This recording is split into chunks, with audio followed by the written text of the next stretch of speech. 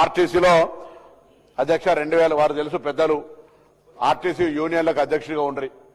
ఆర్టీసీలకు సంబంధించి ఎప్పుడైనా మూసేస్తాం ఇక ఆర్టీసీ అన్నది ఉంటే వాళ్ళే మూసేసే సంస్థను 2023 ఎన్నికలకు ముందు ప్రభుత్వంలో విలీనం చేస్తామన్నారు అధ్యక్ష. అది కమిటీ దగ్గర పర్యవేక్షణ ఉంది. దాని మీద ప్రభుత్వం తప్పకుండా ఏం చేయాలన్నట్టు ఆలోచన చేస్తూ ఉంది. వారు అడిగిన 2 ప్రధాన ప్రశ్నలకు నేను కార్మిక సంఘాలకు కానీ ఉద్యోగస్తులకు కానీ యాజమాన్యానికి కూడా ఒక స్పష్టత ప్రభుత్వ పక్షాన ఈరోజు ఆర్టీసీ విలీనానికి సంబంధించి కమిటీ దగ్గర ఉంది. కమిటీ ఆనాడు ఆధారబాధరగా వీళ్ళు ప్రభుత్వంకు ఉన్న వ్యతిరేకత 50,000 కుటుంబాలు ఉన్నాయి. ఏ విధంగా వాళ్ళని మనం ఆనాడు ఉన్నటువంటి ఇంటెలిజెన్స్ నివేదికల మేరకు 10 సంవత్సరాలు ఎన్నికలు వస్తున్నాయని 10 సంవత్సరాలు ఆర్టీసీని నిర్వీర్యం చేసి ఆఖరికి ఒక మేనేజింగ్ డైరెక్టర్ ను కూడా నేరుగా ఆఫీసర్ పెట్టాలని పరిస్థితులలో ఆర్టీసీని నిర్వీర్యం చేసి ఎండీ అయినా సాఫ్ ఉండాలి అధ్యక్ష. అటువంటి పరిస్థితులలో మేము వచ్చిన తర్వాత ఇలా ఆర్టీసీని రిఫార్మ్ చేస్తాం అధ్యక్ష. వాళ్ళు చేసినటువంటి కారణం వల్ల కార్మికులు చనిపోయారు అధ్యక్ష, ఆత్మహత్యలు చేసుకున్నారు అధ్యక్ష, సమ్మె కొనసాగిస్తే సమ్మెను కూడా పట్టించుకోలేదు అధ్యక్ష. ఆ వ్యతిరేకత దృష్ట్యా ఈరోజు విలీనం అనేటువంటి ఒక కొత్త తెర లేపితే దాన్ని పర్యవేక్షణ చేయడానికి కమిటీ చేసినాం. ఆ మేరకి అది కోర్టులో ఉంది కాబట్టి గుర్తింపు సంఘాలకు సంబంధించినటువంటి ప్రభుత్వంలో విలీనం అయితే యూనియన్స్ అయితే తప్ప గుర్తింపు సంఘాలు ఉండే అధ్యక్ష. ఈ యొక్క కారణంతో కోర్టులో కేసు ఉన్నటువంటి మాట కూడా నేను గౌరవ సభ్యుల ద్వారా తెలియజేస్తాను. అదేవిధంగా ఈరోజు మరి 2014లో బస్సుల సంఖ్య ఎంత ఉండే, ఇలా మరి ఇప్పుడు ఎంత బస్సుల సంఖ్య ఒక్కసారి తెలుసుకోమని చెప్పి కోరుతాను అధ్యక్ష. 2014లో మేము ప్రభుత్వం దిగిపోయినాడు 10,406 బస్సులు ఉండే అధ్యక్ష. కానీ వాళ్ళ వచ్చిన తర్వాత ఒక 1000 బస్సుల సంఖ్య తక్కువైపోవడమే కాకుండా మళ్ళీ మేము వచ్చిన తర్వాత ఇలా 10,000 పైన బస్సులకు సంబంధించినటువంటి సంఖ్య పెంచుకోగలిగినాం.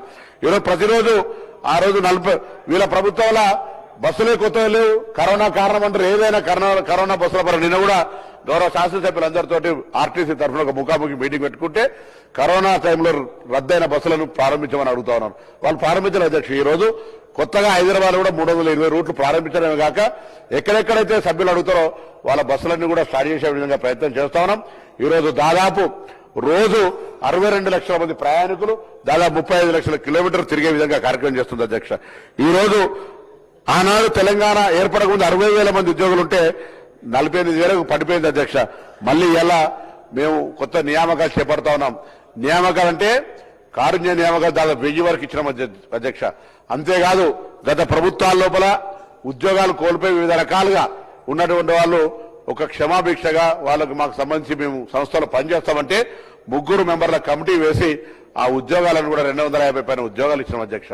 ఇలా డ్రైవర్లు కండక్టర్ల దాకా దాదాపు 4,500 ఉద్యోగాల ప్రక్రియ పోలీసు రిక్రూట్మెంట్ బోర్డు ద్వారా మరి కార్యక్రమం కొనసాగుతోంది అధ్యక్ష. దాని తర్వాత ఈ రోజు ఆర్టీసీ పరంగా కూడా మరి ఎక్కడ కూడా ఇబ్బంది లేకుండా బస్సుల సంఖ్యను పెంచడం కావచ్చు, ఉద్యోగుల సంఖ్యను పెంచడం కావచ్చు. మహాలక్ష్మి ద్వారా వాళ్ళ అమౌంట్ గురించి అడుగుతున్నారు అధ్యక్ష. అవును, 9,700 కోట్ల రూపాయల బెనిఫిట్ జరిగింది. 7,000 కోట్ల రూపాయలు చిల్లరిచ్చినారు. నిన్న వారు గౌరవ సభ్యులు అంటా ఉన్నారు మేము సంవత్సరానికి 15,000 కోట్ల రూపాయలను మేము వాళ్ళకు ఫండ్ కింద ఇచ్చినామని. అధ్యక్ష మొత్తంగా 10 నెలలు కలిపితే 7,000 కోట్లు కూడా కావు అధ్యక్ష. వాళ్ళు ప్రకటించింది సంవత్సరానికి 1,500 కోట్లు అయితే వాళ్ళు మొత్తంగా 10 సంవత్సరాలు కూడా 7,000 ఇవ్వలేదు అధ్యక్ష. ఇలా మేము 2 సంవత్సరాల్లోనే దాదాపు 7,800 చిల్లర కోట్లను ఈ ప్రభుత్వం తరఫున ఆర్టీసీకి ఇచ్చినాం. ఇది వ్యవస్థ. ప్రభుత్వం తరఫున మహిళలకు ఉచితంగా ఇచ్చేటువంటి ఛార్జీల్ని ప్రభుత్వం భరిస్తా ఉంది.